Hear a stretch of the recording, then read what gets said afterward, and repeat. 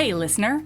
This is Heaving Bosoms, the podcast where two great pals recap romance novels while praising, haranguing, and critically thinking about both serious and silly topics.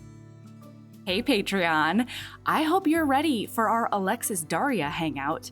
It's this Friday for patrons at the $15 level and up.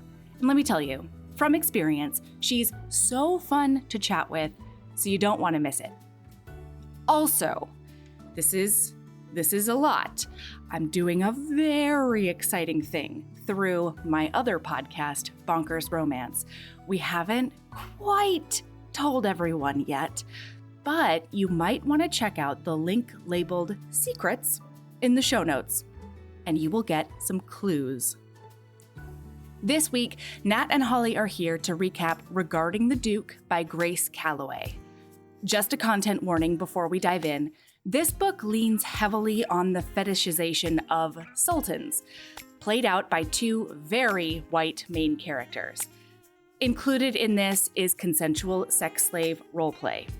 Holly and Nat dig in as best they can, but please nope out now if that's not a topic you're up for, today or ever, really. So, with that said, here's Regarding the Duke by Grace Callaway.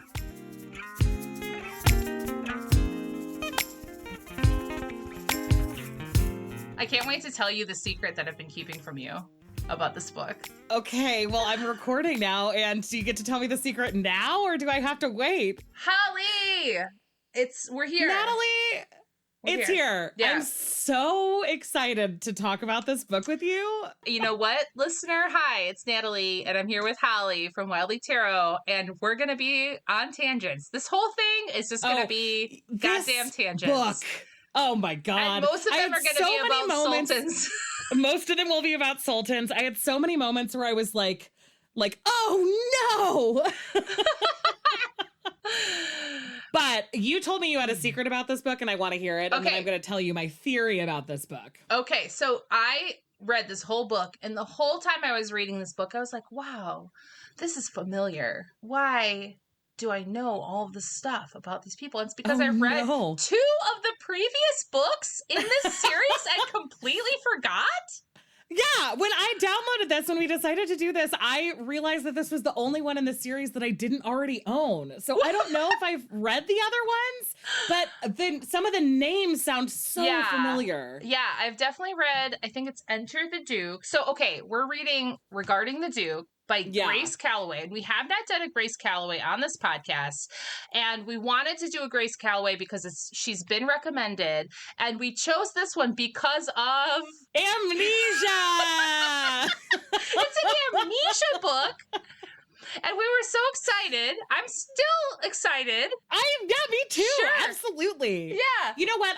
We talked about this a million years ago when I was on an Ask a Badass episode about how my bread and butter is historical romance. It was my first romance. I love historical romance so much. And I love Grace Callaway because almost all of her books also have sort of mysterious things going on. Yeah. So it's very Maiden Lane, which is another series that we totally love. Duke of Sin. I haven't read, which I need to. I don't even know if you'd like it. Oh, yeah, okay.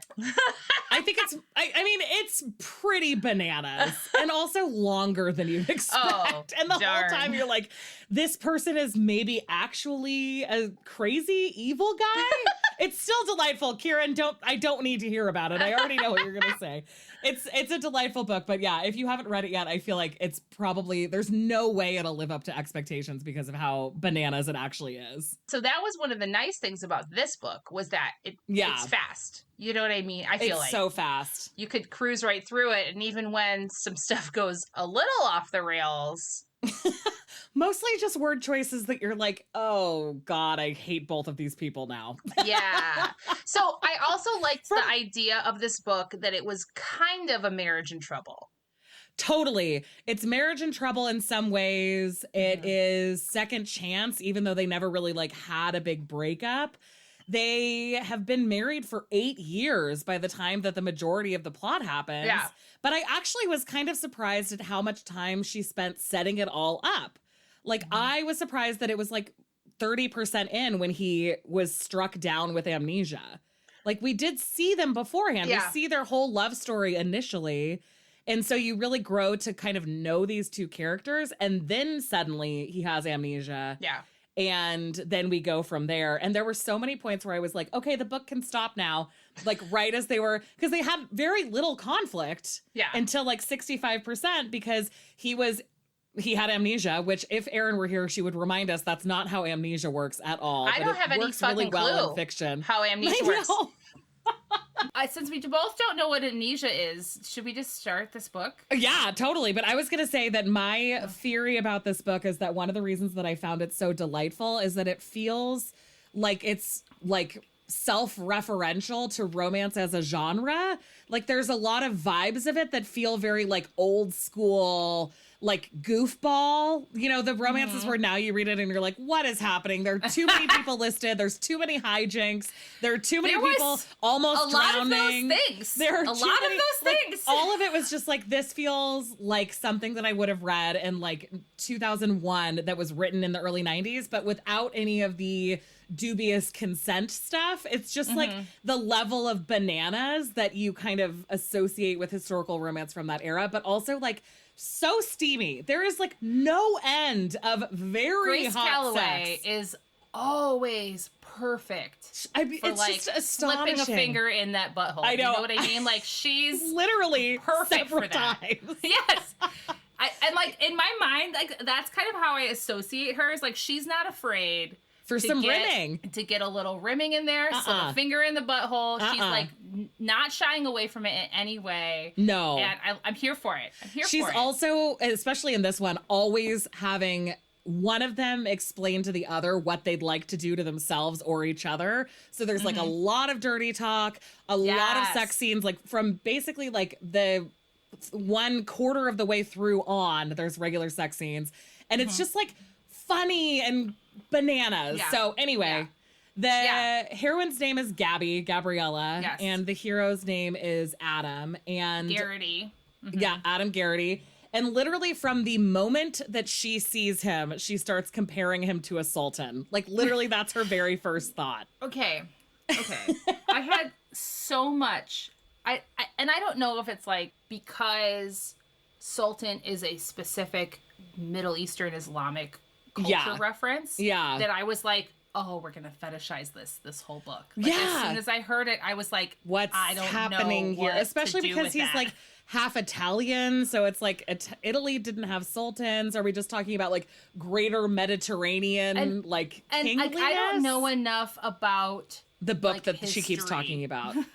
History in general. But just history in general. Like, just as a whole, history like was like Orientalism, and I'm using quotations, listener. Yeah. Orientalism just coming into the cultural references at this time. In like the at 1830s. Not 2019 when Grace Callaway wrote not 2019 this. when Grace Kelly wrote it. I think so, because I think that she constantly references that book. It's basically specific like book, and it must have been like a cultural touchstone of the time. This is like sort of, not to plug my own stuff, but in the history of tarot art, we talk about this period I've heard a lot. Of that book. Yeah, maybe you've heard of this little project I worked on.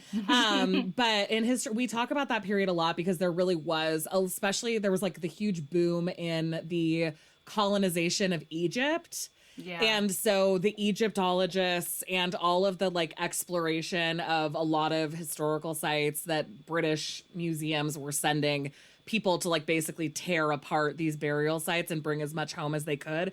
All of that sort of sparked this, like, they called it Egyptomania, and it was happening kind of around that same time. And for tarot, that's when people started saying, like, tarot cards are Egyptian, blah, blah, blah, and it had nothing to do with that. But everyone was so into using sort of Egypt and more broadly the Middle East and North Africa as, like, this kind of collective history during that period. Like, you know how sometimes people, like, not everyone, but a lot of people will say, like, that the ancient Greeks feel sort of like a collective ancestor. Sure. Like, in the Western canon, we all know all about it. They were doing that with Egypt, too. So Egypt became kind of this, like, collective ancestor. And so that paired with the fact that at the beginning she's reading, what is it called? Arabian Tales or something? Something Delights? Yeah. Arabian Nights Entertainments. Oh, good. So That's not the Delights. book, yeah. But it's basically 1001 Arabian Nights, and they reference that throughout. Both because she is reminded of a sultan by him, and also because the narrator of those stories is this character called Scheherazade. And is that how you say it? Oh, that's how I thought it was pronounced. I could be wrong. I don't have any idea. I was like mumbling consonant sounds. You're like, it's a lot of consonants. Okay, but this is the reason that it's so weird, because we should actually control F within the Kindle version itself. She must refer to him as looking like a sultan over a dozen times. It's intense. And so I guess I would say to listener, if you're considering reading this book, there was a lot of references to slaves in this whole book. And I believe in this specific term, it's sexual slaves and harems. But then also when they talk about his childhood, he was sort of enslaved by the Wileys or whatever. So that's one of their other reasons that it feels a little bit old school, is that there's all these things that, like, in 2019, it's kind of surprising that somebody added to a book. But I did take note that not that this matters, but in almost all situations, it's from Gabby's perspective. So she's talking about, like, the harem girl sex slave stuff as being something that she's into. So it doesn't make it better, because it's still an author writing the character that way. Yeah. But it's just something to definitely be aware of. Yeah, for sure. So, like, there's a lot of fetishization of sultans. Yes. Specifically. Yes. And including all the way up to, like, seeing a sex club room that's decorated to look like, I guess it's in Persia or Turkey. It's correct, a lot. It's a lot. Sure. But from the moment that we meet Adam, that's what she is thinking. Like, wow, he's sexy like a sultan. Yeah. So we open in, like, this, like, prologue of him running through the streets of London. Yeah. Like, trying to get to, we find out, his father. Right. And Adam was born to a Viscount? Nope. Duke? That's why, because it's a duke. Yes. Regarding the Duke. Duke, I can't even think of his name. Who's de Villiers. De Villiers, which is written out kind of like Deviler, which is very... Because that's the other thing that Grace Callaway does a lot, is that she does a lot of, like, intentional naming, where it's like his first wife is named Jezebel, but spelled slightly differently. Yeah. His, like, more enemy is Mr. or whatever, Anthony DeVille or de Villiers or whatever. Cruella de Vil? Exactly. Is that what you're talking about? Yeah. No puppies were harmed in the making of this book. I forgot about the intro because it was so out of context initially. It was wild. Yeah, there was, like, this, and it's really not that important, except that you see him try to approach his father, and he's trying to escape this. He's basically a sweep, and he's stuck in this, like, sweep kind of flop house situation where he's being put to work. Adults who, as he says, sort of have enslaved all of these children. Sure. And he then, I said sure like it wasn't important. It is important. But then, so he gets to his father's house. He busts into the house because they're not going to let him in. And he's like, I am your son. He's and we wearing all knew this wasn't going to work, right? Yeah, no, he didn't have it. He didn't have it. Because he lost it. The Wileys stole it from him. You're right. He came to England on a boat with his mother. Yeah. And his mother died on the passage. And right before she died, she had given him a signet ring that was like, you need to hold on to this at all costs. It's your dad's signet ring. Show it to him. He will know that you're his son. Yeah. This is your way out. Everything will be okay. She dies on the passage. The Wileys are also on the boat with him, and they're like, we'll take care of you. Give us the signet ring. We will keep it safe, and then we'll get you to your father. And of course, they don't do that. They're a bunch of shitbags. Yeah. And they kind of enslave him in this sweep. I think you're right. Culture. It's like sort of just a really almost like a stable of sweeps in St. Giles, and they're all also, being abused like crazy, and they're working their little tiny fingers to the bone. And it's like worst case scenario, England times childhood poverty. Yeah. Like just from start to finish. Yeah. And it turns out his dad does know who he is, because the Wileys tried to basically blackmail him when they first got to England. And he said, no, just get rid of him. Like, I don't give a shit about this child. Like, just kill him. And they don't, because they're using him as labor. But now at this point, his father, it turns out, pays them to kill him, and they throw him into the Thames in a weighted bag, basically. Yeah. So he's had just like nothing but trauma as a child. Yeah, and we close that prologue on like, I mean, we knew he wasn't dead. Yeah. Right? He couldn't die. He's the hero of this novel. Yeah. But it's so at scary the end of the thing, sad. yes, exactly. It's terrible. And it's like, what a way to open a romance. You I know, but it really gets you into his mindset of like wanting to do whatever he can to sort of better his situation. And he's a really ruthless businessman. So when we first meet them both together, they are at Gabby's base, or Gabriella, like her dad hosts this big ball to try to, like a house party style ball, to try to find her a suitor because her dad owns this bank and she didn't have a mother growing up. And so she's like incredibly awkward and uncomfortable, but her dad really wants to find her a good match. And so she's at this ball and she feels rejected by somebody that she danced with and like runs to the garden and Adam chases her. And he pursues her with his 2 burly guards into the garden. And do you want to know like what he looks like? Yeah, let's hear it. So Adam Garrity was one of her father's business associates and the most ruthlessly elegant man she has ever met. His coal black hair was immaculately slicked back, which gross for me, but great. I'm happy for her. Good for you, Gabby. Yeah. His somber tailoring fitting his lean virile? Yeah. Okay, that's one of those words you only read. Yeah. You don't call people virile in your day-to-day life? I sure don't. I don't. It's weird. His lean, virile figure like a glove. She guessed that he was a dozen years older than her own age of 22, but his austerely handsome features defied such banalities as age. Right. And she was like, "Sir, are you looking for something?" And he basically was like, "I found what I'm looking for." Yeah. And I'm it's like, they're like, the first couple of chapters are like that, or I guess just the first chapter is this, and then they sort of like have the proposal, but they have something. Like they have an amount of truthfulness between them that's bananas. Like she says that everyone's sort of after her for her money, but all she's really looking for is a kind husband who loves, or who she can love. He doesn't have to be handsome. He doesn't have to be rich. He just has to be nice and understanding. All she wants is a comfortable life spent doing ordinary things. And she thinks that he's charming and she's enjoying spending time with him, and he's trying to spend time with her. And as a person who would have not had a lot of positive interactions with men, like she's obviously interested in men. Yeah.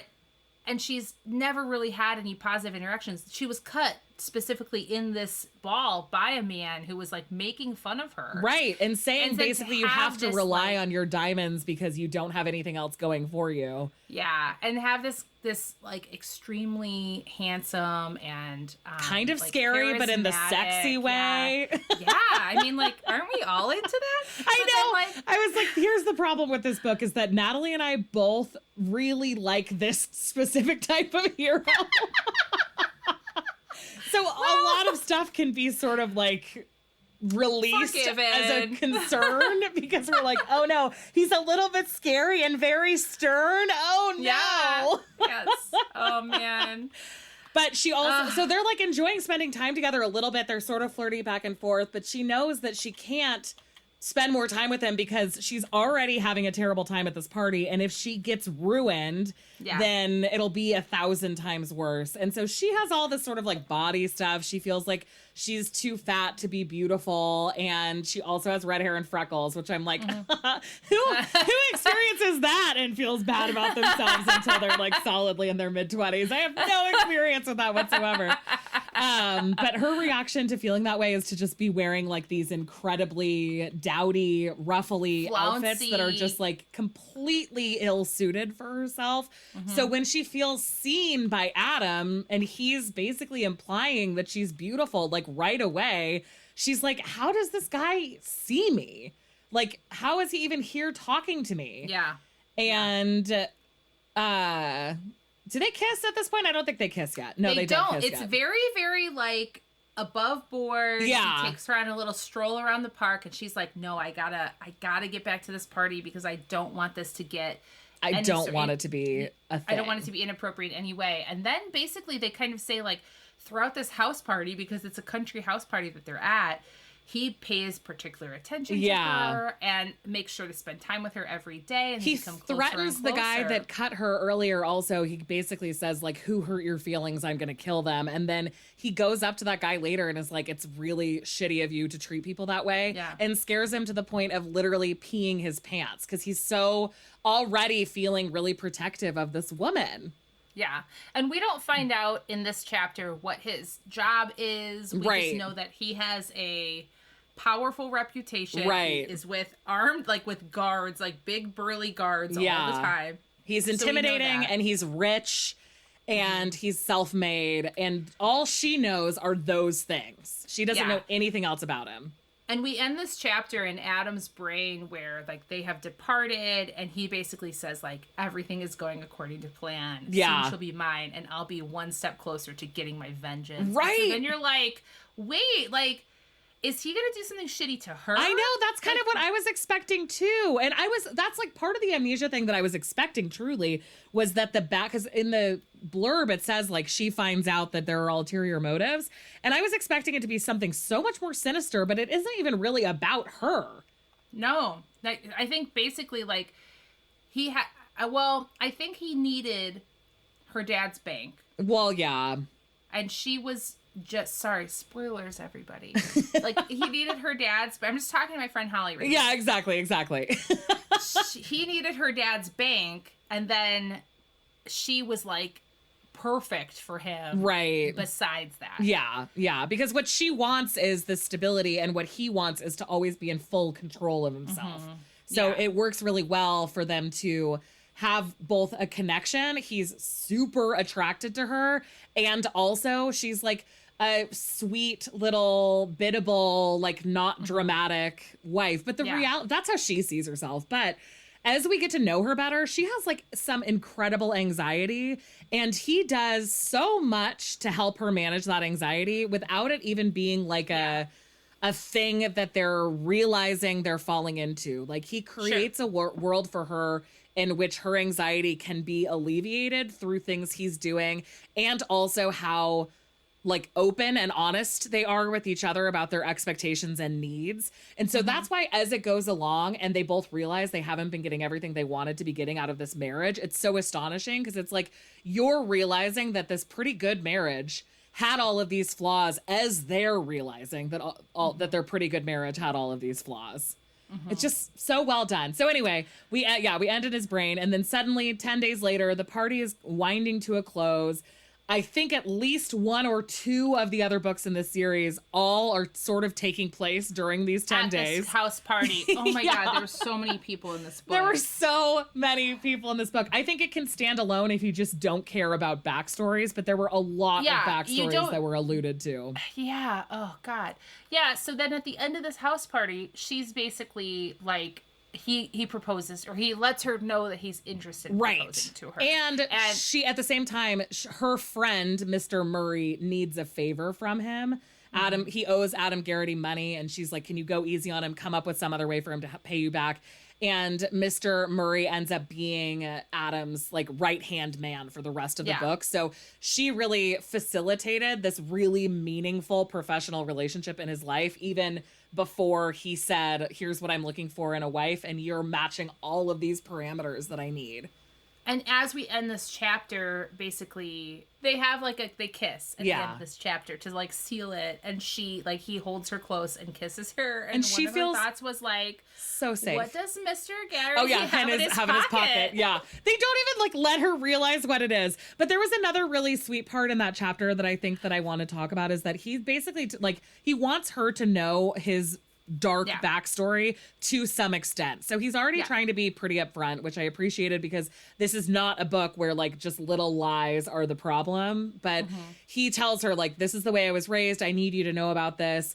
And he tells her all of these stories and then says, do you have any questions about any of it? And she said, what was it like to be so alone? And that's her first reaction to him telling her, basically, I've killed people to get where I am. I am a bad guy. She's like, what was it like to feel so alone? And he's like, I'm just used to it. And she's like, oh, so you prefer it? And he's like, it didn't even matter to me at all until I met you. And now all of a sudden I want to be around people.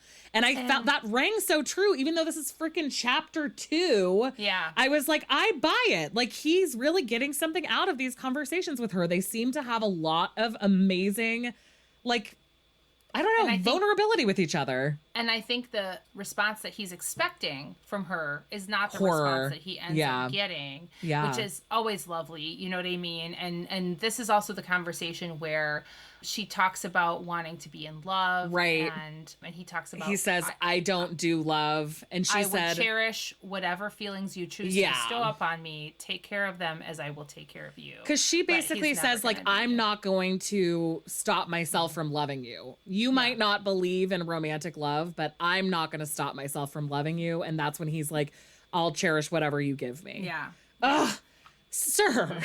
Like, I'm sorry, he kissed Adam. the way he did with everything else, he kissed the way he did everything else with absolute authority, and that's when she's wondering what he has in his pocket. Exactly. And you can see right off the bat, he's like, into her. Yeah. This is why it's so crazy what we learn in the next couple of chapters, because part of their very controlled marriage is that they have sex once per week, every Wednesday, and that's it. And he makes sure it's good for her. She's always super satisfied, but he never lets himself lose control. And she never asks for anything specific because she doesn't know any better. I don't think she knows. Yeah, she doesn't know. And that's basically where we are in the book. So we're in chapter 3. We're opening up. We find out that Adam Garrity is a money lender. He kind of takes us through his daily life. Yeah. We find out that, he truly does appreciate his wife. Yeah. He knows that she's not beautiful in the conventional sense, but she's everything that he could ever want. Right. And he thinks she's sexy as hell. She's kind. Yeah. She's sweet with the kids. She's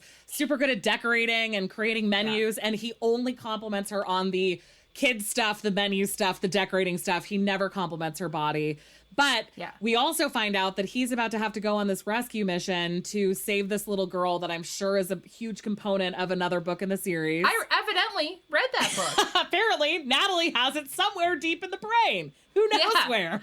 I was like, they were trying to get out. You know what I mean? When you're reading it, you're like, these people all sound familiar. Yes. But this chapter is used to both prepare for this. So it gives a ton of information about the world that he lives in, where he's sort of a second in command of this underground network of people.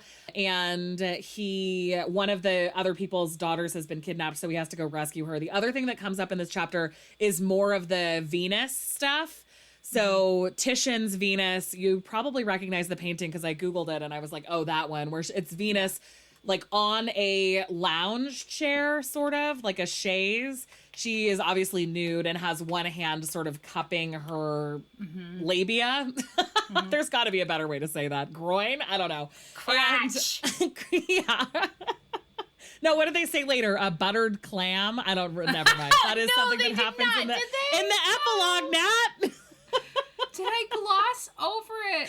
No. I know, but anyway, so he's sort of thinking about how into his wife he is, how she's so beautiful, blah, blah, blah, blah, blah. He's preparing to go on this mission. Mr. Murray is there. She comes in to kind of see, do you guys want to have lunch or what?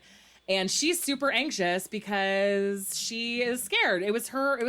She perceives it as her idea for him to participate because one of her friends said, this is happening and it would be great if you could get your husband to help. She doesn't know that he's doing it for other reasons also, to get Sweeney, the kidnapper, to not end up with money that he's owed, basically. But as far as she's concerned, she's gotten him into the situation, and she thought he would be sending people in, not leading the charge. Yeah. Yes. But the way that he has no concern really for himself. No. Ever. He's constantly putting himself on the front lines. And even I don't know if we're here yet, but even Murray, his kind of second in command, says to him at one point, he's like, you can still make money if you're not out here doing this stuff right now, right? You have a wife that, everyone kind of thinks is awesome. Yeah, and that you so clearly you don't need to be doing this. Yeah. So we go, but that happens in a little bit, but basically we go into more about their like schedules. So one of the reasons that he's so scheduled is that he's trying to sort of swaddle her in this like protective layer of always knowing what to expect. So that's why he's so consistent. That's why they only have sex on Wednesdays. That's why he has like a very stable plan for them. And that started after they had their second kid and he found that she was like unable to function. Like she had some really serious postpartum. I vividly remember this because she spilled like a cup of tea and then it was like, it was over. Yeah. Couldn't function anymore. And like, been there. Yeah. I think we've all been there, right? In like a mental place where like just one small thing is the thing that like puts you over the edge. Really sets you off. And then like have it be like a postpartum place where you have your second child and it's just so much. Yeah. And I don't think that is specific to people that have children. I think that's, I think there are things in postpartum life where you're out of control. Your actual hormones are also doing stuff. You're out of control of literally everything in your whole life. Yeah. So I think, but we have all been there where. Oh, totally. One small thing is like the straw, right? That breaks the camel's. To continue with Middle Eastern references. To continue with your Turkish references. Yeah. But I think so. Basically, his reaction is to then every single morning leave her a little note with her schedule for the day, including time for her to rest, time for her to take care of herself, like just all very, very caring. And we find out later that also means that every night they're meeting together to discuss the goals for the next day, which I'm just like, that's a level of partnership that is something that is so beautiful. And exactly what I mean when I'm saying the level of stability that he offers is so amazingly far beyond what she could ever It's perfect for her. Yeah. It's so perfect for her. And I think also, though, his resistance to having sex or any sort of physical contact any other time was him saying, we find out later, I cannot fall in love with this person. Yeah. I can't be any more invested in this person than I already am. And I think in his mind, he's not as invested as he actually is. He's like trying to hold himself back all the time. So he's like, no, I keep it to Wednesdays. Yeah. I can't physically sink myself anymore into this person. So I'm only going to do Wednesdays. They don't really have any interactions. They have like dinners and stuff together, but even those are limited because he works so often. Yeah. And he really just holds himself apart so that he can keep himself separate from this relationship. Exactly. So that he can protect her from the love that he thinks might kill her and himself from the love that he has experienced only in negative ways. But that's another thing that Murray says right before they go off to do this rescue mission is like, I know how much she loves you, and you have no idea how lucky you are to have this in your life, you stupid idiot, basically. Yeah. Yeah. And I mean, like, we could talk about the other stuff that happens. The kids do a play. Grandpa comes over. This is, to me, one of the worst children in any romance novel is Fiona. I literally they were like, she's so charming, and I was like, she's charming. She's like a nightmare child. Like, yes, she's a psychopath. Yeah, and poor little Max, who's just like gets shit on all the time by his sister, and then like kind of his parents by association. And I'm just like, whatever, we don't have to talk about that. Right, like, the kid stuff is hard. The only reason that the kids really come into play is that they're really sweet when their dad finally wakes up after being injured, and they're like trying to make him feel better. But even in that situation, Fiona's like, come downstairs and listen to me play the pianoforte. Yeah, like, she's so like, annoying. And thankfully, like, after Amnesia Dad was like, no, fuck off. Yeah. Like, after Amnesia Dad had way less. I just spat all over my computer when I was doing that little child British accent also. Anyway, all that really matters is, okay, so he goes to work. He's like talking to Murray, but on the way there, he stops at this bordello or whatever. Yes. And he has routine. He goes there every single Friday. And it's a total red herring. Spoiler alert, he's not cheating on his wife. Yeah. But no. Murray thinks he might be, and that's when Murray says... everybody else is led to believe that he is, and you as the reader are led to believe he is. Absolutely. You totally are supposed to think that he is from that moment. And you know what? I actually was thinking, like, when I was reading this, I was like, okay, well, maybe it's like a BDSM thing where they're not actually having sex. Yeah. Because, so, listener, the brothel that they're going to, she greets him with, like, a whip or like in leather or something like that. And so I think we're led to believe that there is like, hey, Mac, I think we're led to believe that she is like that he is in some sort of like, you know, BDSM relationship with her. And so maybe I was like, okay, well maybe he doesn't think it's cheating. Yeah. Or he's like releasing some of his pent up energy that he can't have with his wife. I thought it was honestly going to go that way. So it doesn't. I could even see that in a Grace Callaway. I read another one of hers where that was sort of happening. I think it might have been, I can't remember, seducing, whatever. There was another one in a different series where it was kind of like she finds that her husband is going to a sex club because of that sort of thing. And then she dresses up like one of the sex workers because she wants to be experiencing it with him. And that's the whole entire plot, is like how they're reconciling this stuff. I mean, Grace Callaway is like, she is like 4 flame emojis on the heat scale. Like she is whatever your scale is, chili peppers, eggplants, whatever. flames. She's got it all. All the way up there. All of it. She's doing the most. Exactly. So it's the night of the raid. Yeah. The night of the blah, blah, blah. And Adam and Murray and his guards and a variety of other people are like on a boat and they're waiting for like their moment, right? We did, however, hold on one second, miss their first full sex scene, which is before he goes to work. And it's like the middle of the afternoon. He decides that he's going to try to make her feel better about the raid by having sex with her on a Friday. And she's like, oh, we can't. It's not a Friday. And then she tries to cover up and he won't let her. It was in full daylight. It was full daylight. And he's sort of like, I don't want to spoil my innocent wife, like my depravity, blah, blah, blah. And she's like, I can't enjoy this too much because I'm a wanton or whatever. But then I think that this is when the first rimming thing happens. I thought that was that when might they were happen. drunk.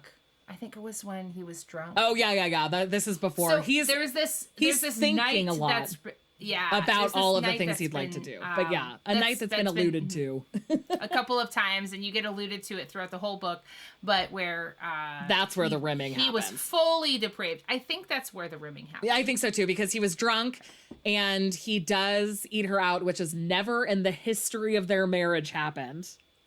Apparently. I mean, she didn't give that guy a beeger until till after the amnesia. Like, what the hell? And I'm glad that they were all having such satisfying sex without it, but geez Louise, that's insane. The best missionary sex of their life. I know, seriously. But anyway, they have not even like gone from behind. I know. Tommy. And that's what he's fantasizing about when they're doing this daytime sex. He's fantasizing about like tying her up and doing her from behind and all of this stuff that's like, guys, what is wrong with you? I mean, not that there's anything wrong with people if they don't do that stuff, but also like they both are so into it and they've been married and having sex for 8 years. And he knows about the gamut. Yeah. He knows all of it that could happen. And everything he tries with her, she's super into. Like in this sex scene, he has her like hold on to the bed frame and she's like beyond into it. So anyway, she always falls asleep right after sex. So he tucks her in and he's overwhelmed with this emotion of wanting to lay down with her and just watch her sleep and take care of her and be there with her. But he knows he has to go on this mission. Yeah. So that's when he goes to the bordello. That's when he gets the talking to from Murray about how lucky he is that his wife loves him so much. Blah, blah, blah, blah, blah. The rescue mission is happening while Gabby is talking to her dad, who mistrusts Adam a ton and thinks he's just after the money. That's all during the play. Yeah, the children put on a play. It's terrible. Of course it is. Exactly. Yeah, so then the dad's like, you have to be careful. He can't, take advantage of you. He's going to. He will take advantage of you. Yeah. And then Adam is on this boat and they're watching this warehouse and basically this like villain has taken a child captive and like armies. I was having a really hard time picturing armies. Armies were referred like to several times. There'd be like hundreds of men fighting. And I was like, do we just mean like men with clubs? Do we mean, like those like cudgels? Yeah. Also another word I've never said out loud. I believe is that what you. we're talking about? Like some of them had pistols. Well, and there's like a lot of explosions. What? Well, the guy, Harry Kent, which is not a euphemism, he's in a previous book. Stop it. I didn't even think of that. He seems cool. He's a scientist. He was in like one of the first books and he's like an explosive scientist. And in his book, someone has stolen like explosives, et cetera, et cetera. So of course. So he has like all sorts of explosive science on his side. Can I just say one thing about the play? I have written down We see Gabby with her dad, who hates and mistrusts Adam. My old last name is Adams, so I have a really hard time both writing and saying just the word Adam. A bunch of their friends watching their terrible children put on a terrible performance. Yeah. Literally, Fiona is a nightmare child, and I basically hated her every single time she was on the page, which is not a nice thought from an adult to a child. But anyway. You know what? And as a person who has children, like, you gotta fight that, like, I sometimes think my children are terrible. No. You know? Yeah. Yes. They're so funny. I wouldn't, like, tell them that. Oh, of course not. But I might, like, think it in my brain. Well, and sometimes kids just, like, and I think the reason for this is because Adam was supposed to be there and can't be, and it gives you the chance to see the children upset that their dad isn't around in the way that they'd like him to be. And it just shows, like, I think it's here as a counterpoint to how he is with them later. Right, exactly. All of this stuff that happens before the next scene where Gabby is unable to sleep and then Adam gets brought home by the doctor and Murray is showing that they're all fine. Their household is functioning. Everyone is ostensibly happy, but there's just a little bit missing because everybody is holding back a little bit and not getting everything that they need out of each other. Yeah. So she isn't sleeping because she says she never sleeps well, ever, except for on Wednesdays after she gets boned down real good by her husband and then tucked in. Dick-tard and missionary. Exactly. So she only sleeps well on those nights, so she's not sleeping when Murray and the doctor and Adam all get home. And the doctor says basically he's likely to live. No organs or bones were hit, but he got shot in the side and also hit in the head. And also he fell into the Thames and almost drowned. Okay. England times one of these things happening is a problem. Yeah. Right? Any Falling of these things alone. Falling into the Thames alone, and it's the second time in your life that it has happened. Yeah. Like, your body can only handle so many bacteria, sir. So then, so he gets shot. It goes through his side. It's a through and through because I'm obviously a crime scene professional. Yeah, we know what we're talking about. Yeah. And then he falls and hits his head and then falls into the Thames after that. So, somewhere in all of this, things. They never say it, but he gets a concussion. Right. He hits his head real hard. He obviously has the problems from his side wound, but it's the concussion that's really the problem. And he's unconscious and then does not regain consciousness for a while. 2 days? I think 2 days. But the whole time he's dreaming about when he was a child right after his first attempted drowning, when the original Mr. Garrity and Jezebel, sorry. I just am going to call her Jezebel because I can't remember to say Jezebel every time. Jezebel. It makes you think of a cow name, right? Well, maybe it's because they talk about it. They do talk about that a lot. It's so bovine, Natalie. Yes.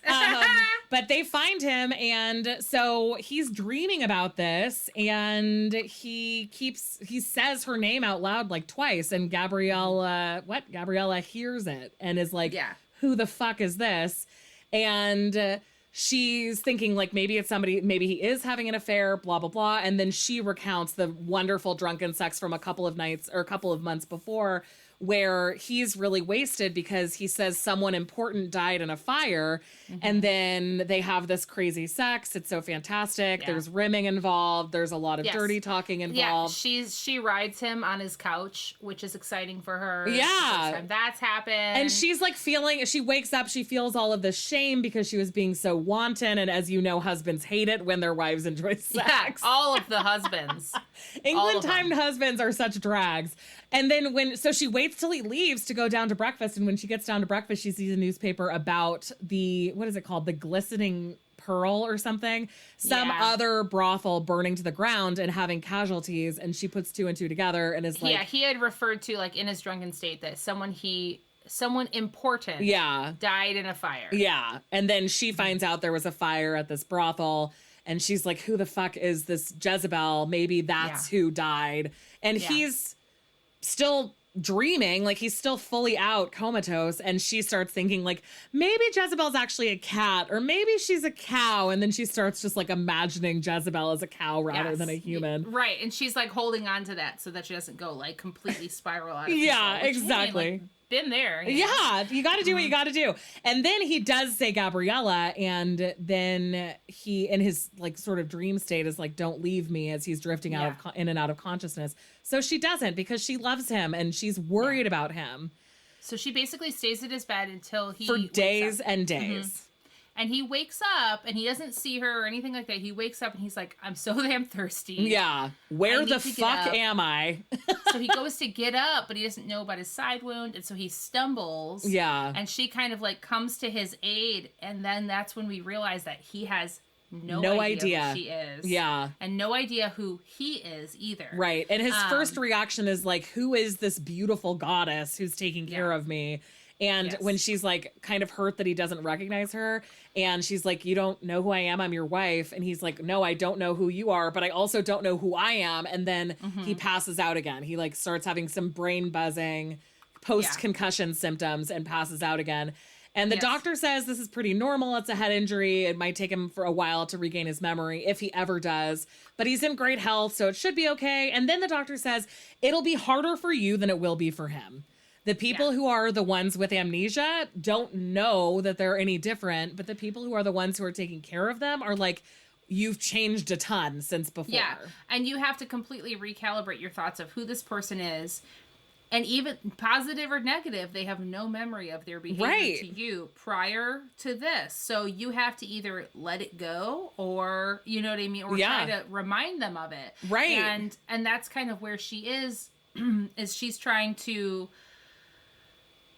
kind of remake their life how it was with him and have things be exactly the same. And what she finds out is he's not interested in that at all. He doesn't want it to be exactly the same. It has been, in his case, lucky for him that he doesn't remember any of the reasons that he held himself back. Yeah. So he is fully committing himself to her, to his kids. Basically to their from life. right off the bat. Like when he finally does wake up, and she's sleeping in the chair next to the bed, his first reaction is like, holy shit, my wife is so fucking beautiful. Like how lucky I am that this is where I am and this is my beautiful wife. And she gets him more water, and he's feeling super connected to her because she's the only familiar face at this point, because he's still in a strange place. But she, this beautiful woman, is saying, you're my husband and you're safe with me. And he's like, how lucky. So she's like the anchor in this weird, strange place. And the interesting thing is that he recognizes this covetousness within him.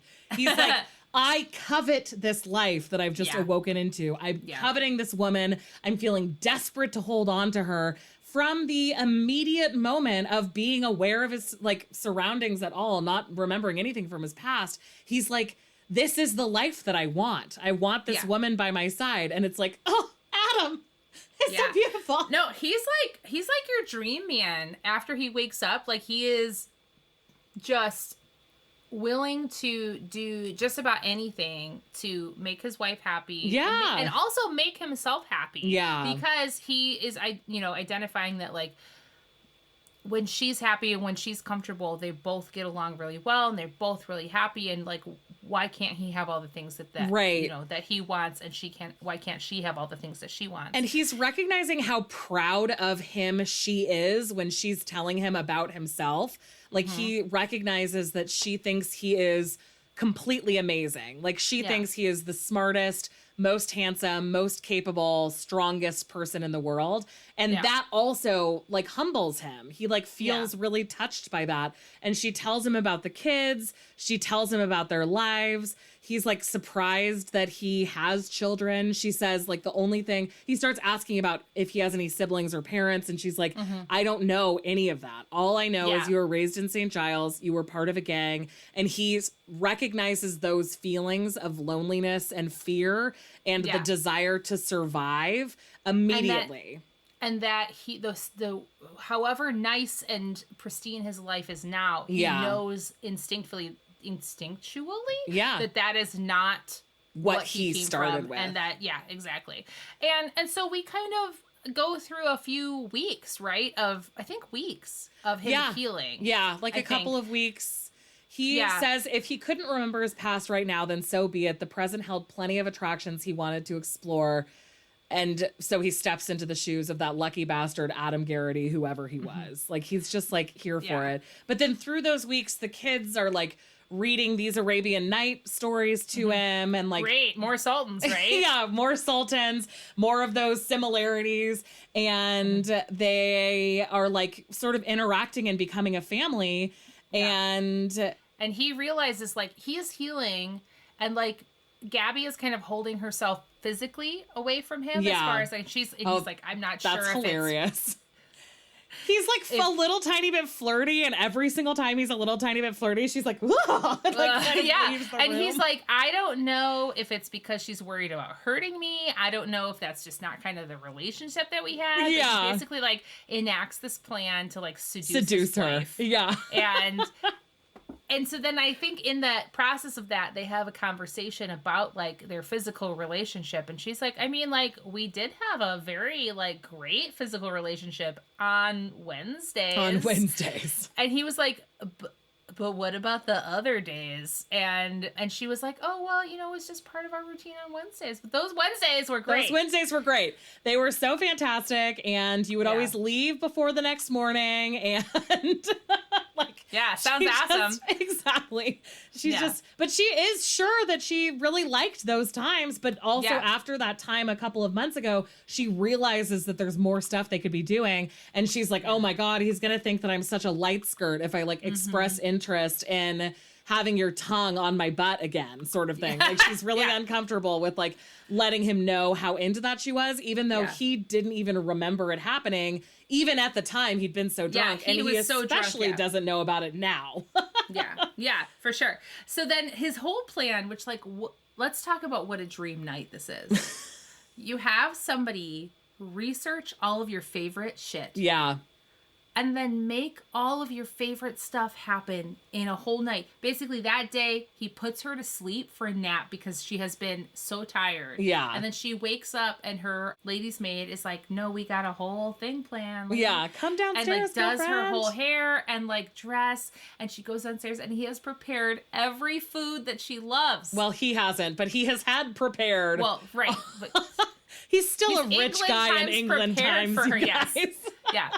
Even before amnesia, he didn't know how to make a coquette of potatoes. Yeah, exactly. So, like, but he's had prepared all of her favorite food. He went to the jeweler that he knew that he went to for gifts for her and got her some jewelry. And all of this is just a plan to seduce her. But she accidentally gets way too drunk because she's nervous. And so she's just drinking wine and drinking wine and drinking wine. So he tucks her into bed and just lets her sleep after this like beautiful, wonderful night.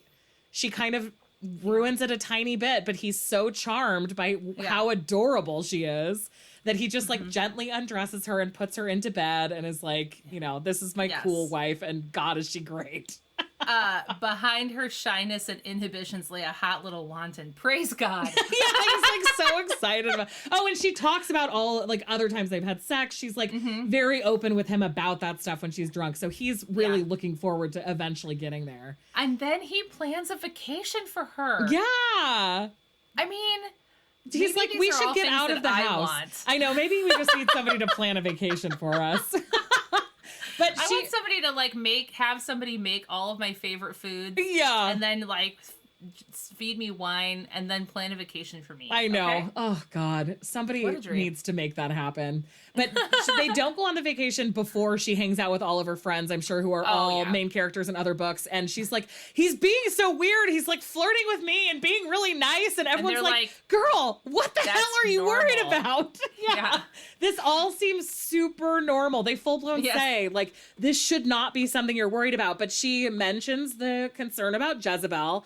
And Tessa, who's this cool underworld chick, is like, I have connections everywhere. I can tell you if that name is on the list of people who died in this fire. Will that make you feel better and more grateful for your husband being this like incredibly loving dude now? In love with. Yeah, that you obviously love. So she's like, she does think that will help, as if she just knows if Jezebel was one of the people who was killed. But yes, then he decides to plan a vacation and they go to some hunting lodge. It's like their property because I think he has amassed properties as people have owed him money. He'll like, instead of money, he'll take like their properties. So he's had this hunting lodge and she had this whole hand in redecorating it. So they have been there before, but they've never really been there in this capacity. Right. It's just the two of them. Just the two of them. And with him being so much more in touch with saying things he means to her about what he thinks. Yeah. It's just like fantastic. And the carriage ride there, they talk a lot more about the like sex stuff, and he talks about how into her he is and how he wants a real marriage. And he asks like, have I been a good husband? And she's like, yes. And then he talks about how they haven't had sex like a true husband would since the accident. And he realizes that she responds better to him when he's like a little bit more domineering. Yeah. Like taking the pressure off of her is something she's into. As much like a sultan as as much like a sultan as he possibly could be. And she realizes that she doesn't just want the security anymore. So even now, like just a couple weeks after the concussion and amnesia, she's like, this is better. Like my husband is better now. And I don't want to have the same relationship that I used to. I want to have a relationship where I can tell him the risky and terrifying things that I want to do. And she just really decides that like, she's going to start being more honest. And also he starts making her just accept compliments. One of my gripes with this book though, was that we got that Gabriella would not have gotten to this place on her own. Yeah, that's true. You know what I mean? She really only does it to please her husband, I guess, at the beginning. And like, as the book goes on, she's like, nah, I'm still doing it. Like later on. But if not for the encouragement of her husband and the pushing by her husband, she would never have become more self-possessed, correct, and assertive and things like that. Yeah. And so that was a bit of a bummer for me.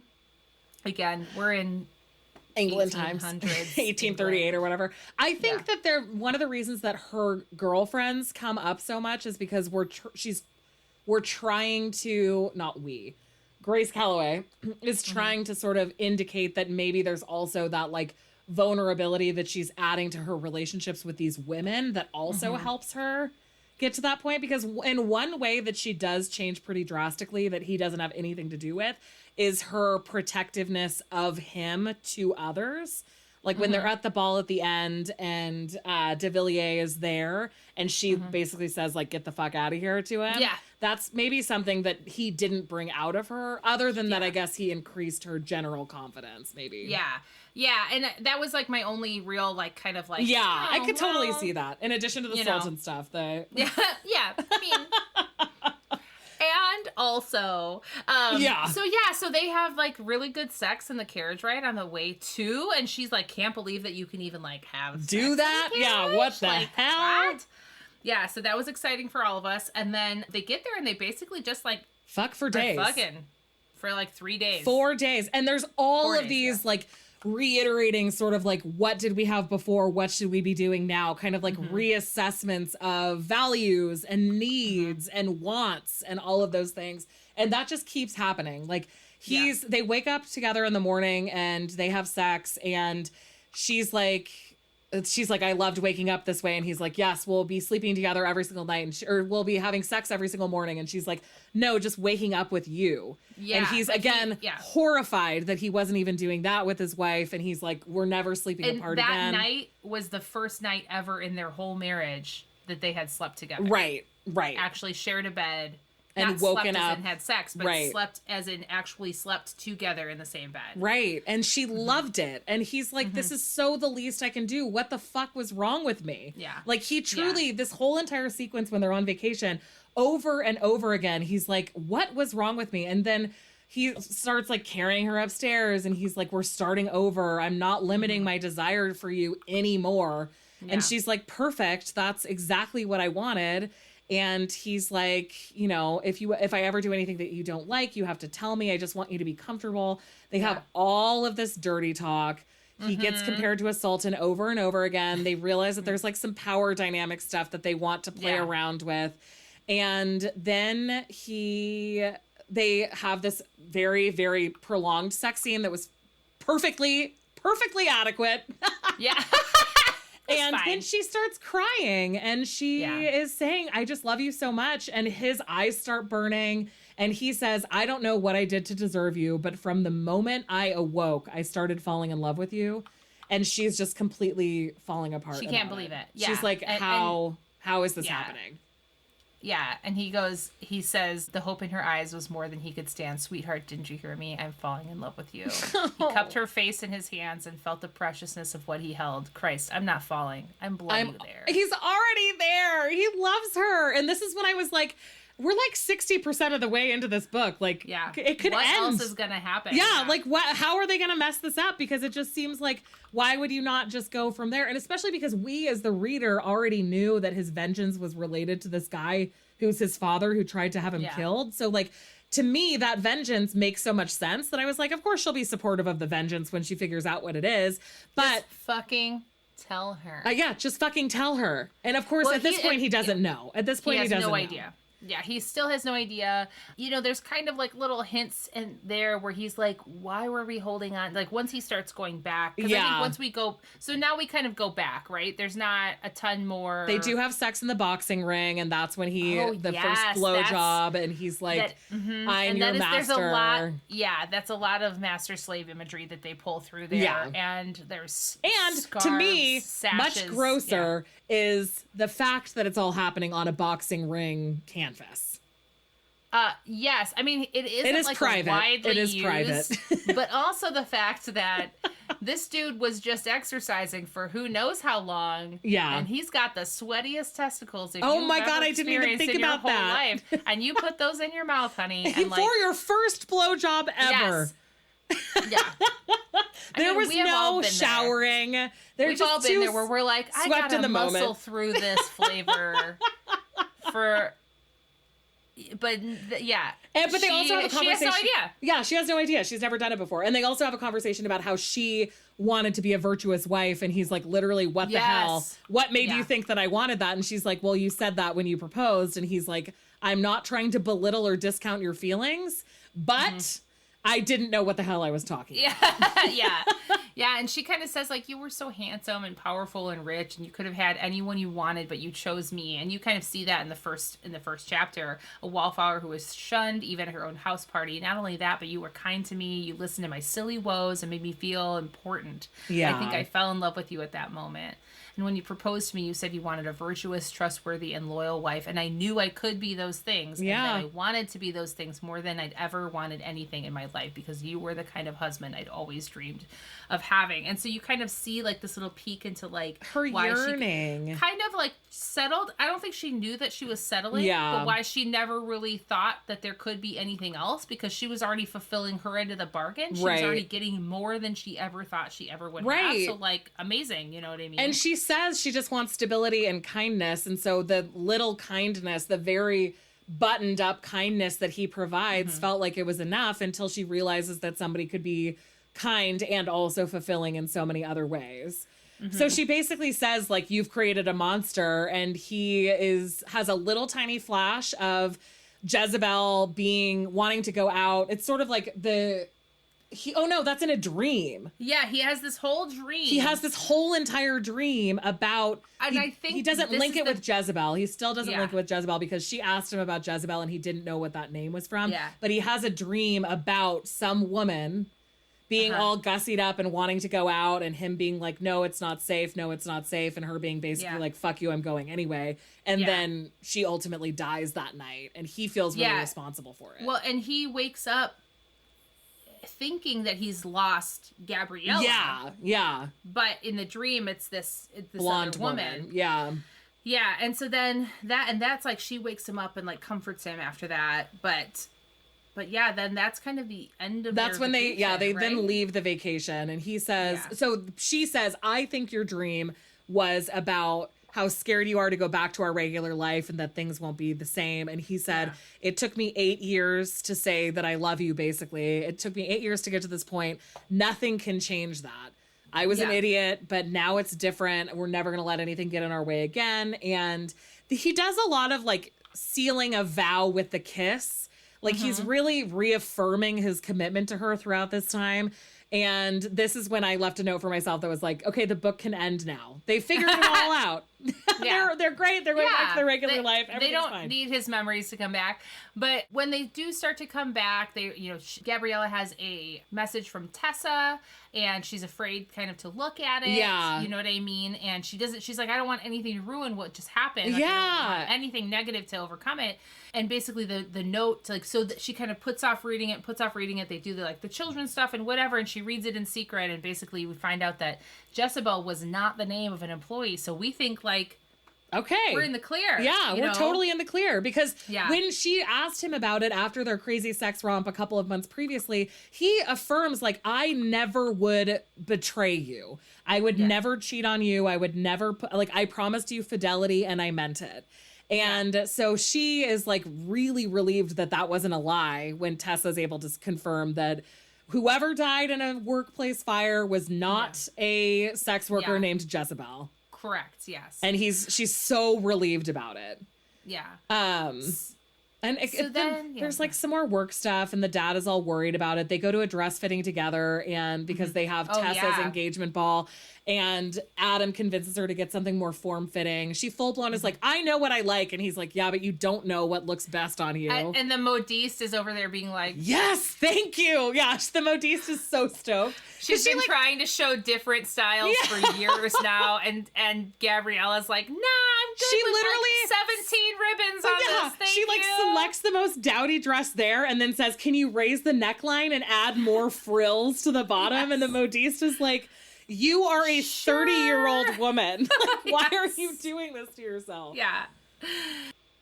Adam, there's like a bunch of scenes where Adam's at work, and Murray is like, I'm so glad that you finally like appreciate what you have. And we find out that the only thing that is really going badly at work that Adam can't really piece together is that there's a whole bunch of banks that he's invested in, or like little investments that are failing. Yeah. And he's like, I'm pretty savvy business-wise, like, according to everybody. Why am I keeping all of these banks that are like floating so much money to this Anthony de Villiers? Exactly.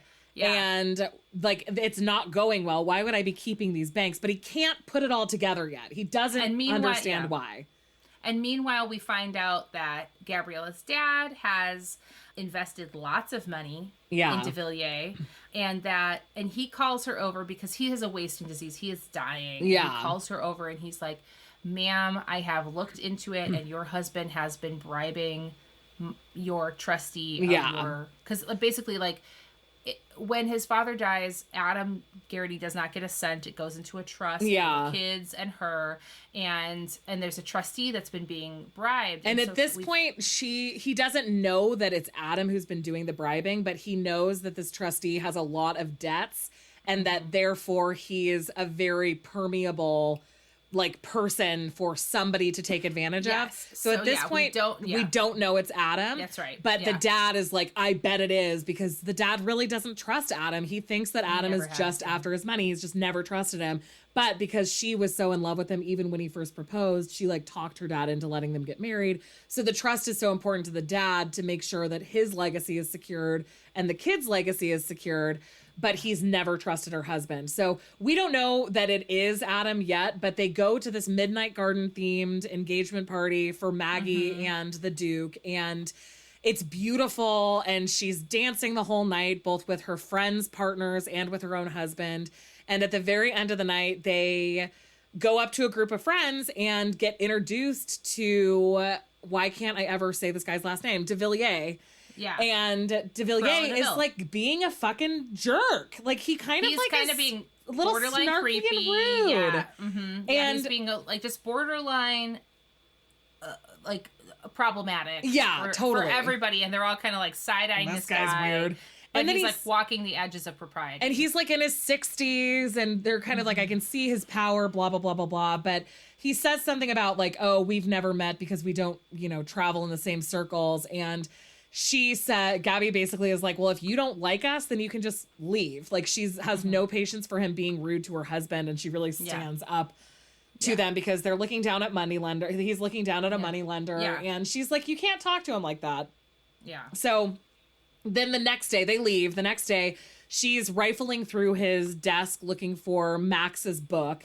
And she finds this sealed letter that has a wax seal on the back that is 2 crossed riding crops. Love it. Great call. Mm-hmm. Yeah. And it basically has a note saying, like, I haven't heard from you for a couple of weeks. I hope you're okay and that we can resume our Friday visits. Signed J. J. For Jezebel! Yeah. Is it, Holly? Is it? This is when I was like, oh, that was for sure a red herring. So, of course, because this bitch is all empowered by love and shit now, she's like, I need to figure out who the hell this woman is because it is unacceptable that my husband has been lying to me about this for so long. And so she basically tracks down the driver of the carriages and says, either you tell me where he goes on Friday nights or I'm going to hire a hansom cab and go to every single brothel in the city until I figure it out. And so, of course, they tell her. And then, somebody goes to go tell Adam that this is all happening and she's already gone. And then suddenly between the bordello or the brothel name, all of this other information, all of his memories come flooding back. Yes. So he like, they see him at work and he's like trying to figure some stuff out and he's got like a headache and he's got like a buzzing. And so it kind of like, as they say, like, oh, she's at this location, it like all comes rushing back. Yeah. And so he's got this like megrim, he's got a migraine, and then he realizes like he's got all of his memories back. Every single one. All of a sudden he knows all of it. He knows the de Villiers situation. Mm-hmm. He knows who Jezebel is. He knows all of the stuff because Mrs. Wilde's club sort of prompts it. And he's like, fuck, I have to go get my wife. Yes. Yeah. So he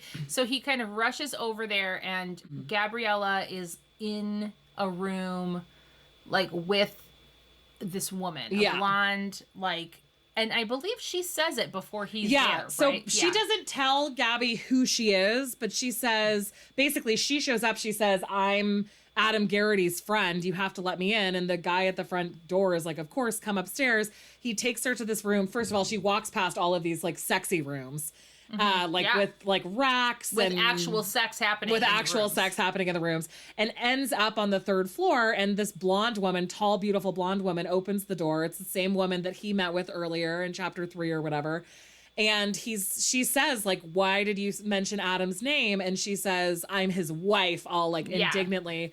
And this woman goes, oh, you're Gabriella. It's so nice to meet you. She's like completely surprised to see her, but she's like, is everything okay? I've heard so much about you, which of course Gabby's like, how fucking dare this guy be cheating on me with this woman who apparently knows all about me. It's totally insane. Fine with him being married. Yeah, exactly. She's not concerned about this at all. And then this redheaded man walks in and he's like, oh, I'm her wife or I'm her husband.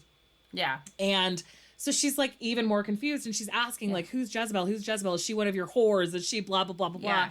And this woman keeps saying, this isn't my story to tell. Yeah. And then thankfully Adam does come there and is kind of like explains everything, right? Like explains about Jezebel and that Jezebel was the one who helped pull him out of the Thames when he was a kid. Yeah. And they kind of grew up together. And this blonde woman woman is Jezebel's older sister. Yeah. And she's always worked in either this brothel or another brothel. And so that's one of the ways that Jezebel became really obsessed with basically exhibitionism and living this sort of wild lifestyle. And he tells Gabby all of this. Like, as we were married, she was getting more into that. And I was realizing that she didn't love me. She loved what people who saw us together thought about her. And she wanted to keep going. And he wanted to just make money. And they were like separating. They were like fighting all the time and just really, really far away from each other. Really toxic to both him and her because she wasn't able to be herself either. Yeah, exactly. Because of their relationship.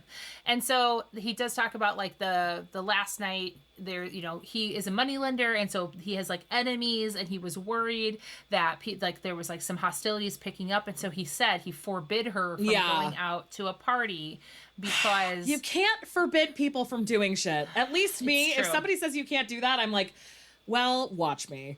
Yeah, truly. But and she wasn't concerned about her own No, she thought she was fine. Yeah. She was at such a reckless phase in her life that she was like, no.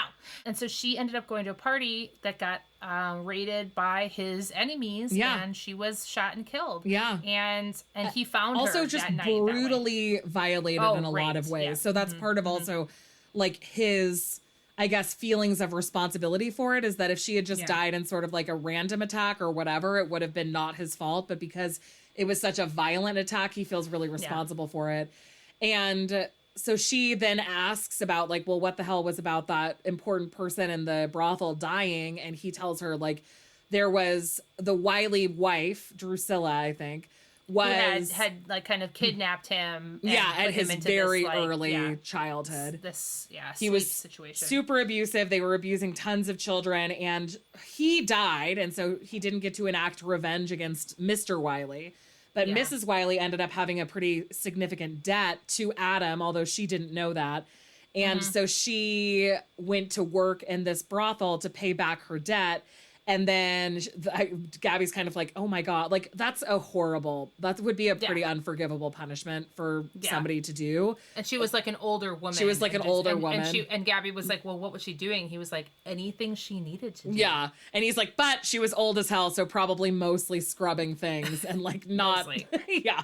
But then there was a fire and she died. And so he also never got his vengeance up to her about anything. And so, I mean, but like, what other revenge could you want, sir? I mean, seriously, she's dead. So what the hell? But he's like probably miserable prior to that. Yeah, so absolutely. Like truly. Absolutely. Yikes. And Gabby decides that she's going to forgive him for that because this woman was an abusive piece of shit to a bunch of children. And so the world is better without her. But it's still like, all of this information, and she's still fully on Team Adam, and she's trying to convince him that it's not his fault and that he had no other choices, and that she would still make the decision to marry him over and over again. Yeah. And she knows all of the danger, and she's just so relieved that he wasn't cheating on her. And this is where he decides that that was enough truth, and that he doesn't have to tell her about any of his other plans for vengeance, even though those plans are the ones that most directly impact her actual life. So whatever, but he decides that he doesn't need to share that with her. And he's still saying, like, this is probably why I always kept you at an arm's length. I needed to be in control of the situation because I didn't want to put you in a position of danger. But ever since I met you, I've thought you were the most beautiful woman in the entire world. And just, again, kind of like affirming how much she means to him. And he basically says, like, you're still mine, aren't you? To tell me that despite everything you now know, that you are mine, my wife, my true partner, the only woman who has ever held my heart. And she says, you will always have my love and my loyalty. And then she, like, fiercely looks at him and she says, as long as you don't lie to me. Yeah. I won't tolerate you keeping any more secrets. And Adam, this was like, if you wanted a silver platter for all of your shit, this is it, sir. And he didn't. Politely he doesn't. Declines. He doesn't. Yeah. And then she wakes up that next morning alone. Oh, no. Oh, what did I miss? We get Sultan sex now. Oh. Holly. This is when we go into the Sultan room with the silks and the draperies. And we have lots and lots of Sultan sex and lots of slave euphemisms. Yeah. And they're in the sex club for this. Correct. Still in his former sister-in-law's apparently personal bedroom, but whatever. Which is dressed up like a silken throne room. I don't even know. It seems what is like it? Yeah. I think we need to find her book. I wonder if she has her own book. Maybe. So yeah, she's married to like her husband for years, and they both like. Oh, that was another together. Sweet thing that they say before Adam even gets there is that they say like the husband was like, I owed Adam money and I was one of the smart ones who paid him back right away. Yeah. And he set me up with Jeanette because he thought we'd really get along, and he knew how much joy marriage brought into his life, and he thought it would bring joy into our life too. Yes. And they got together after Adam and Gabby were already married. And so it's sort of like these people who he's known for so long who knew how in love with her he was, and she still had no idea. Yeah. And the husband even says, like, I'm sure he never took the time to actually tell you, but your marriage brought a lot to his life. And it's just like a very sweet moment. And then then the confession and all of that stuff. Yeah.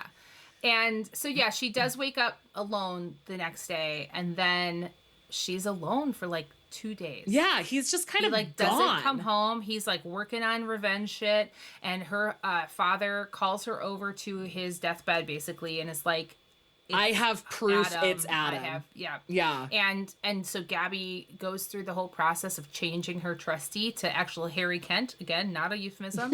Nope, just a guy, just a science guy. Just a real sciencey guy. And trustworthy, can't be bought. So she kind of goes behind Adam's back to like ruin his revenge. Yeah, like there's no way that Adam will get Harry to agree to anything. And she knows that. And his revenge will not, or his plan, what she doesn't know what it is. Yeah. But she knows that this is going to ruin it. And she's like, just basically like pulling up those big girl socks and going like saying, I'm going to deal with whatever happens. And then even worse, Adam separately is deciding that he needs to figure out a way to get that money or get the control of the bank when Gabby's dad dies. And so he decides that maybe he should try to have Gabby's dad declared incompetent. And he does think this would destroy my marriage. And then he does think maybe none of this is worth it. Like, what is revenge if it ruins my family? But he still moves forward.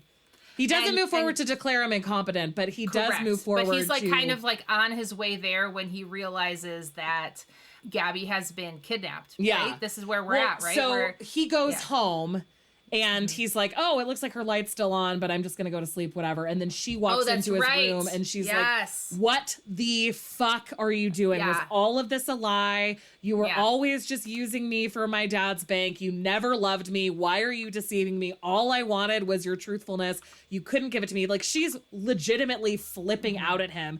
And he does not defend himself in a way that is appropriate. He gets it's pretty mean. He's feels cornered, and so instead of saying rational my biological father tried to kill me and now I'm trying to ruin him, which would have resolved this. Yeah. He's like, you've always been such a dumb baby, basically. Yeah. And she's like, you know what? I'm done. I have no more love for you. I have no more faith in you. I am done. I am out. We can still be a family, but I am giving nothing else to you. Yeah. Full stop, period. Yeah, she had said, like, she had never fought with anyone and didn't know how to in all her life. She'd tamped down, like, any hurt and pain, and it kind of, like, exploded out of her, like, because it's a new-ass Gabby, Natalie. Sisters are doing She's gonna tell him. So he runs off to his office like a little coward because men hate confrontation. Well, she was basically like, you get the can fuck whatever. Out. That's true. Yeah, she didn't tell him to leave. Yeah, she was like, she was basically like, I don't know where you're gonna sleep tonight, but it's not here. Yeah, and so he goes to his office, he drinks an entire bottle of whiskey, and then as he's waking up very hungover, he's like, what the fuck have I done? Like, he has this realization that none of it matters if he doesn't have Gabby in his life, and that she was right, and he betrayed everything that they had ever worked towards by just not telling her what the plan was. All he had to do was say, this asshole ruined my life and killed my mom, and I'm trying to get revenge. And she probably would have been a down bitch. She and like been like, let's make a plan. I love plans. Yeah, she loves plans. She wants specific tasks. It would be great. So he realizes all of this. I need to tell her about de Villiers. I need to like make this right. And Murray is like, yeah, bro, you really do. What the hell happened? Like, he's so pro them being together. Yeah. And he's like, he tells him basically, there's no way that your kind-hearted, loving wife actually stopped loving you that fast. Like, if you make this right, I guarantee you she'll take you back. And he knows that's true because he knows that she's a sweet, lovely, devoted person. And she's always been that kind of person. And they have things going so well. Like, he knows that this was a huge error, but he's hopeful that maybe he can still win her back. And then the minute he decides to do that, his guard comes in and says she's been ambushed in broad daylight. This was the first time that I was like, she has guards around the clock. Yeah. Which I was like, of course she does. Of course she does. Her husband's like a shady money lender. Yeah, like, she needs guards. He's like a crime boss. Of course she has guards all the time. Like, I was like, oh, wow. But they didn't help in this situation. All three of them got killed by de Villiers' people. And there was a note left for her, or left for him, basically saying, like, I got your wife. Yeah. Await my further instruction. And he like jumps into action. Absolutely. Like, I got to get my guys. I got to find all my friends. Yeah. He calls all of his friends. He's basically like, I'm a total piece of shit. Yeah. But I'm willing to make it better. Yeah. And you just need to help me. And they kind of all like, them and their wives kind of all like give him this one chance to make things right. Absolutely. Because all the wives are so team Gabby. Gabby is a beloved member of this community. Like every single one of those women and all of their partners are like, yes, she deserves somebody to love her as much as she has been feeling it from you lately. And we'll give you this chance to make it up. Like, you got this chance and that's it. So she wakes up in a hostage, why can't I say hostage situation? Hostage situation. You did it. I did it. Hooray. And she has no idea who kidnaps her. But as she's in this dank holding cell, she's like, oh my God. Like the night before she even got kidnapped, she had decided that she had to go find Adam to be like, you are the most important person to me. And I may not be the most clever of my friends. And I may not be the most determined of my friends. And I may not be the strongest of my friends. But my amount of love is infinite. And I can give love forever. And I don't want this to be over. We can figure this out. Tell me what's going on and we can figure this out. And then, so she gets kidnapped on her way to go tell him that. And she wakes up and de Villiers is there. Being a fucking like, lecherous creep in the room. Got his villain monologue going. Oh, the longest villain monologue. I didn't even highlight any of it because I was like, the only thing I highlighted was at the very beginning when he goes, it looks like my son shares my taste in women. Oh, God. And he like caresses her hair and I'm like, so we disgusting. find out that his like right-hand man is like a double agent. A double agent, yeah. And like feeds information to Adam, but has to pretend to Gabby like he pushes Gabby because he has to like make it seem real or whatever. But de Villiers explains the entire plot, and the whole time Gabby's like, if I had known that, I would not be mad at him. Like, oh, you're his dad and you had him killed twice? Because it turns out when he gets knocked over, when he gets shot and concussed and almost drowned, that was also because of de Villiers paying somebody to make it look like it was part of this other skirmish. As Adam's like machinations. Sure. I don't know. I've actually never said that out loud. Me either. There's a first time for everything. Machinations.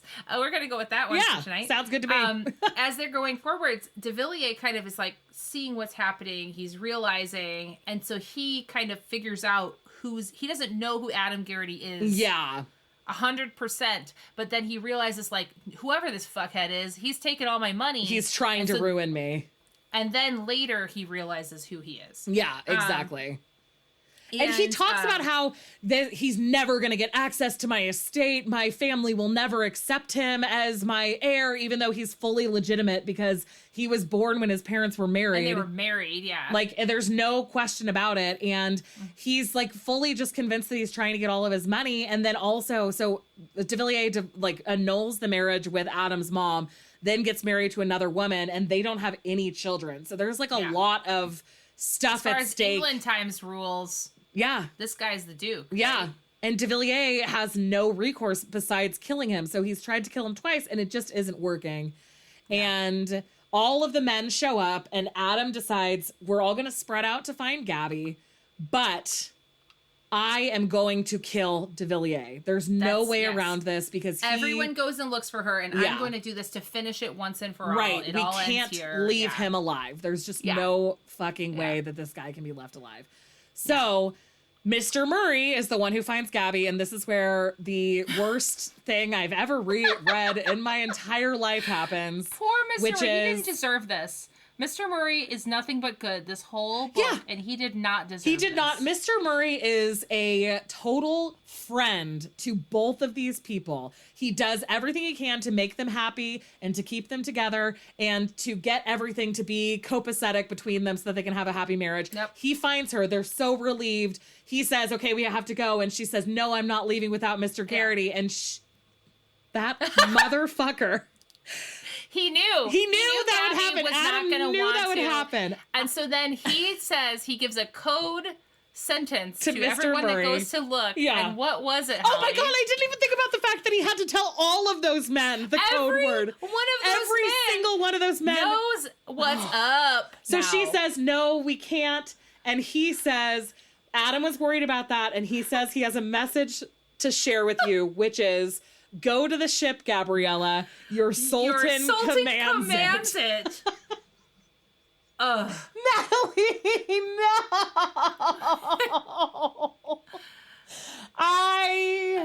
We're both Grace Callaway, like you pulling did our Mr. face Murray down. dirty. Yeah, he did not deserve that. None of those men deserved the sexual harassment of having to be brought into this weird sex game that they're having. Yes. And I didn't even think about the fact that every single one of those men had to be told the password. Oh my God. And now they're all going to the same club. And I would call him Sultan all the time for the rest of his life, because it's just so ridiculous. And poor Mr. Murray, who's done nothing wrong, has to participate in it. And somehow it works. And then they joke about it later. And I literally just put down my Kindle and was like, Grace Callaway, how dare you?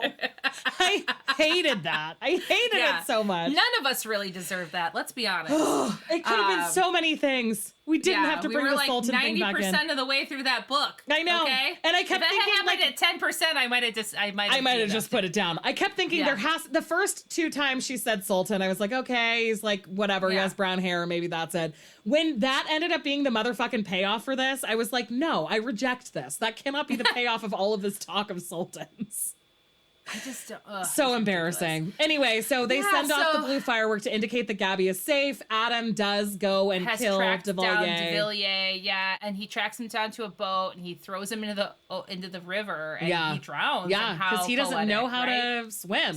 And Adam's like, it's too bad I had to learn. This is a lesson to everyone out there. Yeah. You should all know how to swim. You should all know how to swim. We know it's hard and we know there are access issues in a lot of areas of the world, but you have to at least know how to float. What if you fall with your head up? Yeah. Yes. You have to at least learn how to float. Yeah, it's just a safety thing. The cool thing that I thought was a nice little symbolic gesture is that after he sees that de Villiers has drowned, he finds the signet ring in the bottom of the boat and he just throws it overboard. Like, he does not care. And he even says, when they go back home and have this total come to Jesus moment about how harrowing it all was and how much they still love each other and how much they shouldn't have been lying to each other and how much they just need to support each other. He even says, do you want to know what I felt when he died? And she's like, yeah. Mm-hmm. And he's like, I felt nothing. Yeah. I didn't feel anything. The vengeance meant nothing without like us being together and the context of our marriage. Like, none of that mattered to me anymore. Yeah, you are my reward, and loving you is my true purpose. What gives me my life meaning. My heart is yours until it stops beating and beyond. Yeah. Yeah, everything's fine. And they're together, which we knew they would be because the first 60% of the book was like, they have great chemistry, they have great communication. This is a romance, so of course they're going to end up together. But it just like despite all of the shenanigans, the stakes ultimately felt kind of low. Yeah, I mean, like there were deaths and still like people like getting risky death stuff happening. Yeah. It still felt fine. Yeah. Then, did you read the epilogue? I probably did. He rents out the entire Uffizi so that they can have sex in front of the Venus. That's right. The portrait of Venus from Titian. He has her like reenact the painting, and then they bone on that sofa. And then she says, "I guess we do look kind of alike." What hit them. I know, seriously. I was like, I've been there, and I feel like there had to be somebody lurking behind a pillar somewhere. There was just like a bunch of portrait eyes. Yeah, exactly. Exactly. Watching every movement. But she's like, I guess we do look alike. And he's like, yeah, but your tits are better. And literally uses the word tits. And then the book is over. But basically, also conveyed in the epilogue is that her dad died and that he did end up with the majority shares of this railroad project that de Villiers was in charge of. Yes. And he wanted to ruin the project and she won't let him because she knows that all of these everyday people had like her lady's maid's fiance. Yeah. Mm-hmm. All of these regular people had put money towards it. And so she won't let him ruin it. And then they hire Harry Kent, not a euphemism, to be the scientist behind it. And he's able to create this steam engine that no one thought was possible because it's so fast. So ultimately he's done a lot of good. and they love each other, and they brought their kids to Europe and have a whole bevy of nannies and caretakers, and so they get to have sex in the Uffizi Gallery, and they're good to go. Yeah, happily ever after. Happily ever after. Oh man, do you have a lady love, Holly? Okay, yeah, my lady love is this specific brand of canned sparkling wine. Yeah. Let me tell you what it's called. It's called Outspoken. It's always on sale in my grocery store. It has this really great label, which is why I first bought it. It looks like a man wearing a hat with a big giant mouth. It's kind of a line drawing. It's completely stuck in my koozie. Oh, Jesus Christ. Well. That was very dangerous. Hold on, you're all blurred. I can't see him. Hold on. I can't even see my own face because I have it minimized. It's okay. It's okay. Oh, yeah, I am blurred. Ooh, it looks like this. Cool. Outspoken. The sparkling. I bet I can't get that in Central Illinois. Well, you'll be here in a couple months. Yeah, that's true. I'll save some for you. It's a sparkling rosé, and it's just really delightful. And I opened one when we started recording, and I have not had a single sip of it. So that's what I'm going to do after we're done. Well, but I drank this entire chelada, so that's good. Yeah, chelada nada. Yeah, chelada. I'm excited about that sparkling wine. I'm going to look for it. I love sparkling wine. It is now, of course, we had 2 days of spring here in Illinois, and now it is summer. It's 82 degrees today. So it is sparkling wine season. Whether you're drinking not NA sparkling wine, which is very good. If you need a recommendation, Shirley NA, I've actually really liked. Their sparkling is good. Natalie, do you think listener knows about your basically sommelier level knowledge of NA spirits and wine and beer? It has been, I think so. Okay. We have talked about it. We talk about NA beer a lot. I talked about on the most recent episode, I don't think the Lady Love's out yet. We talk about Seedlip. And how I think that the people who came up with Seedlip all have handlebar mustaches. Because it's evil how much we want to spend our money with them, or because they're such hipsters? No, but because they're such hipsters. They're making distilled non-liquors out of pea shoots and hay. Like, of course they're fucking hipsters. I mean, neither of my parents drink anymore, and the amount of Seedlip consumed in my household, in my parents' household, not my household. I'm 35 and don't live with them and haven't for decades, but... it all counts. In my parents' household is astonishing. They love that stuff so much. Yes, I love trying all sorts of new NA products. So if anyone has any questions, let me know, and I will point you in a direction. Or suggestions. So my lady love is just give up on sleep and no, I vegetables. No, hold on, listen. Okay. I'm skeptical. And just lean in to a birthday celebration and just say so this weekend I had really fancy lunch with friends on Friday, with Sarah Whitney and Tanya, and on Friday, and then we went out to dinner that night, and then on Saturday I drove up to the city and we went to the Bridgerton event, which was fantastic. With your and everyone sister, should go if it so comes. fun. Yeah, with my sister, and it was very neat. And then we went out to this fancy dinner with all these meats, and I just leaned in to the whole weekend and just said yes to everything. And I'm not saying that that's good to do all the time. No, but I accept it as a birthday weekend. But in general, I worry about bowel movements when you're not eating any vegetables. Truly. But for birthday weekends, it's fine. Yeah, I believe in vegetables. And we're general birthday cohorts, because your birthday was last weekend and my birthday is next weekend. So I will be just taking that meat baton right from you. Lean in. Meat it up if that's what you want. If you don't eat meat, lean in and however you want. But I felt like I just said yes to everything this weekend, and it was exhausting and fun, and I have a lot of really great memories from it. Yeah. And so I just think that that's fun to do every once in a while. And I think a lot of times, especially us as women, we feel like we have to do things in moderation or say no to things because, I don't know, we don't deserve it or whatever. Well, and the idea of doing things 3 days in a row can seem kind of overwhelming. Yeah, and again, I don't want to do that every weekend. The bags still exist on my face from it, but I just have this is really great. It was just a really great. I'm so happy for you, and I'm so glad you had a good birthday. You deserve it. Yeah, it was fun. So I think just do that, and also drink sparkling wine because it's fucking summer. It's summer now, almost. Apparently. Yeah, we haven't hit the solstice. We're going to in a month and a half though. Just close. And if it's already going to be in the 80s, we might as well just act like it's summer. Heck yeah, it's tequila season. It's sparkling wine season. It's whatever season you want it to be. Exactly. Yeah. All right. So keeping a badass. And then love yourself as much as you love Harry Kent not being a euphemism. Love yourself as much as you love that first ever blowjob. No. The first time. Eric Kent is much better. I need to go find the book he's the hero of and read that next. Oh, I'll send it to you. I have read it.